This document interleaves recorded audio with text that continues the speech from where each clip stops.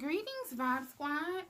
I am so happy to talk to you guys. I always am, but I'm going to be as quick as I can today because they are cutting down trees outside the window, and I know y'all don't want to hear all that madness. And I know that you guys are so used to me with my tea, but actually today I have my cleanse. I've been on the cleanse now. I want to do 10 days. I've been doing it for 6.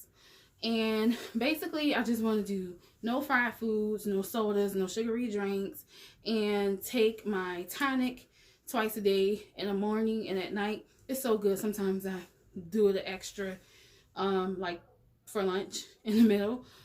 It is distilled water, apple cider vinegar, lemon, dash of cinnamon, and stevia. Stevia is just an alternative for sugar. Sorry guys, I had to go get me some Palo Santo because these people come down these trees while I'm trying to do my video and talk to my Vibe Squad. It's not cool.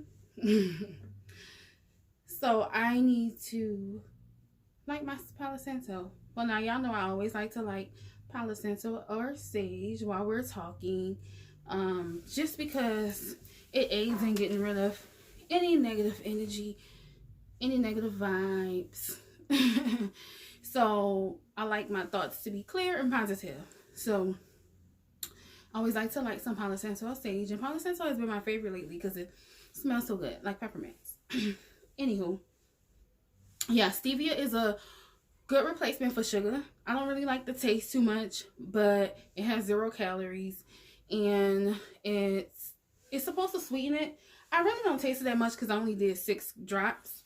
It just tastes good to me. It's really good. It just tastes like fruit infused water with lemon, honestly.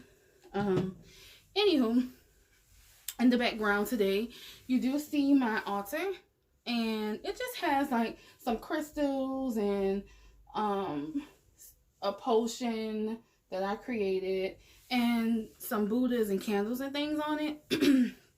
It doesn't really have any offerings or anything like that to any deities or ancestors, just because I haven't gotten that far in spirituality, and I don't want to just do things that I don't know what I'm doing or I'm unaware of, because I recently learned that it's not even okay to call on all ancestors, because you could be calling on one of your ancestors that was toxic.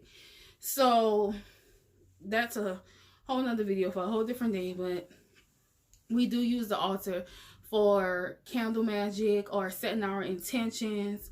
Sometimes we just meditate in front of it and absorb all the good vibes from the crystals and everything that we have on it. So I will do a more detailed video about my altar and just altars in general, I guess, once I get a little bit more information about it.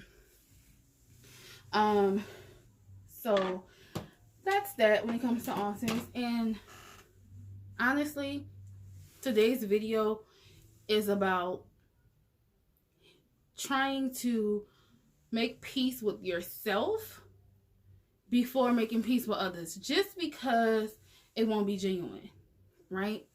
So if someone come to you and they still have ill intentions and they are not in a good place with themselves, but they're like, listen, I want to apologize for how I treated you and the things I did to you, that's fine. That's okay. Because sometimes forgiving someone is not for them. It's for yourself. So it's okay to forgive and move on. Now, if it's someone who inspires to be in your life on a daily basis or bi-daily basis, I don't even know if that's the word, but I thought it was cool to say. But they wants to be in your life, then I feel like accept their apology, extend one if you have to extend one, but allow them to heal and repel themselves and make peace with themselves first, because if not, it's going to be a cycle. And whatever it is they did to you that first time or that second time or however it is, probably 9 times out of 10 is going to happen again, just because they're not at peace with themselves, right? So let me put it in the aspect of you instead of saying the third party. If you are not at peace with yourself, you cannot try to go into someone else's lives and think that it's going to be a productive relationship if you still at war with yourself.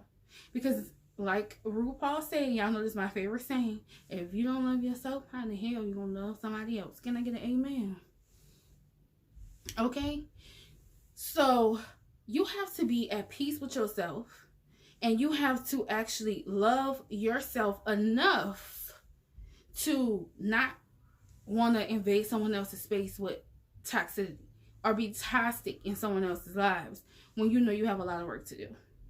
I'm not saying isolate yourself just because you have darkness or shadow work to do. I'm saying limit your interactions with people so that you don't project your pain and your toxic traits onto them, so you don't ruin relationships. Because life is about relationships. Let's just be honest, right? Marriage, kids, mother, friend, daughter. It's about relationships. And if you want those relationships to be genuine and you want to keep those relationships, you have to work on yourself and be at peace with yourself in order to be at peace with someone else. If you want to apologize to someone, cool. That's the first step. That's a good stepping stone. Go ahead and apologize for the things you did. If you still at war with yourself, leave them people be in peace and make peace with yourself first. Because it's just really sad when I see potential in relationships or partnerships or friendships or mother and daughter or father and son relationships when they constantly bumping heads because they don't know what's going on. You think it's that person. This person keep doing this person keep doing that. But let's stop and think, what are we doing? Right? We've already apologized. We already hashed this last situation out. Why are we yet again in another situation? Everyone's going to have arguments. Everyone's going to have disagreements. But are you mentally prepared to deal with that argument or that disagreement in the proper way to where you're not bringing up toxic behaviors or toxic traits in one another, in the other person, or within yourself? Because it's not about arguing. Because people argue. I'm not going to say hate. Hate is a strong word. But I really don't like when my wife and I meet couples and they're like, we never argue. We're perfect. That's fine. But now I'm concerned because if you never argue, that means that you guys have no substance because y'all agree on every single thing. I highly doubt it. Either someone is just being an amen or the other one just don't want to argue so they don't say anything. Either way is unhealthy. Having difference of opinions is very healthy. Having debates is very healthy, right? It's just about you being mentally capable enough to have them in a healthy way. But if you're not at peace with yourself, there's no way you're going to be able to have a healthy argument, a healthy debate, anything. Even when you're trying to be nice to someone, they're going to feel that energy of something is wrong because you're going to project how you feel within onto them. So I just feel like if we're still at war with ourselves, I'm not saying isolate ourselves, but try to be mindful. Think before you speak.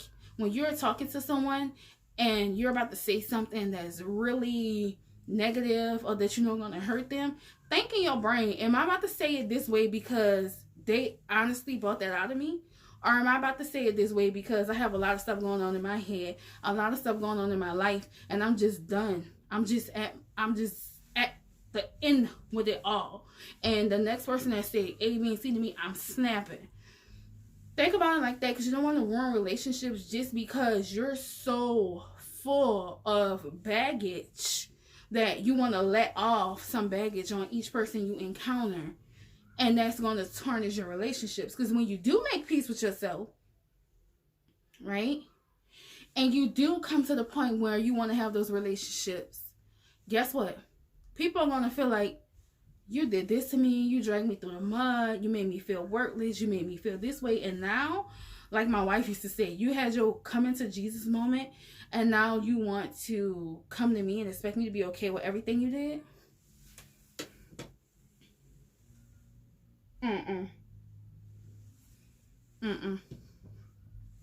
Ain't gonna happen, Captain.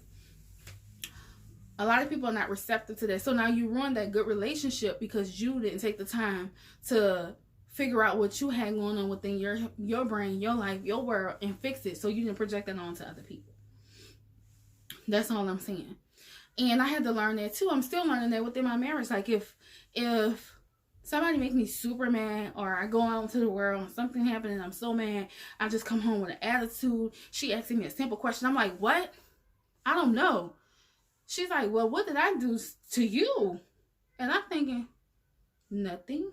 Well, why are you being that way? Because I don't have an answer. I'm toxic at the moment, so deal with it. I can't expect her to be like, okay, baby, you want to be toxic right now? Go be toxic. When you finish, come back and we'll kiss and love and hug. No, I don't expect her to be that way, because I should have dealt with whatever that was at the gate, at the door. Should have checked myself before I even came inside or in my bedroom. If I wanted to vent about it, I could have found a different way to do that. Baby, I went through this today. I had this going on, that going on, and we engage about it. That's it. But taking it out on her is not her responsibility to take that baggage that I bought inside from somewhere else. So, no, just because I was mad, someone made me mad, I didn't have to isolate myself and shut down from her. But I could have came with a different approach. I could have thought about what I said before I said it. I could have thought about what I did before I did it, so that me and her didn't have that. We didn't have to bump heads for something she didn't do. So basically, that's what I mean when I say, you know, check yourself before you try to mend anything with anybody else, because you're going to keep running into the same problem, the same issue of bumping heads with that person or anyone, even a stranger. Check yourself. Think about what you have going on and if that person did it or not before you respond. Even if it takes you a couple of seconds and you seem delayed. You know, somebody asks you something and you just like, they're like, hello, give me 1 minute. Because if I say what I really want to say right now, it's going to be a problem. So give me a minute to gather my thoughts and respond positive. Because so many relationships are ruined because of communication. Something so simple can ruin the relationship just because we can't communicate. It's not even just about communication, it's about comprehension. Because if you're communicating with somebody who can't comprehend, that's dead. You have to be receptive to comprehending, and you have to realize that everybody you speak to is not going to comprehend what you have to say. So you have to choose your battles. You have to pick your battles. I'm definitely not trying to go over 15 minutes. We have date night tonight. I love date night.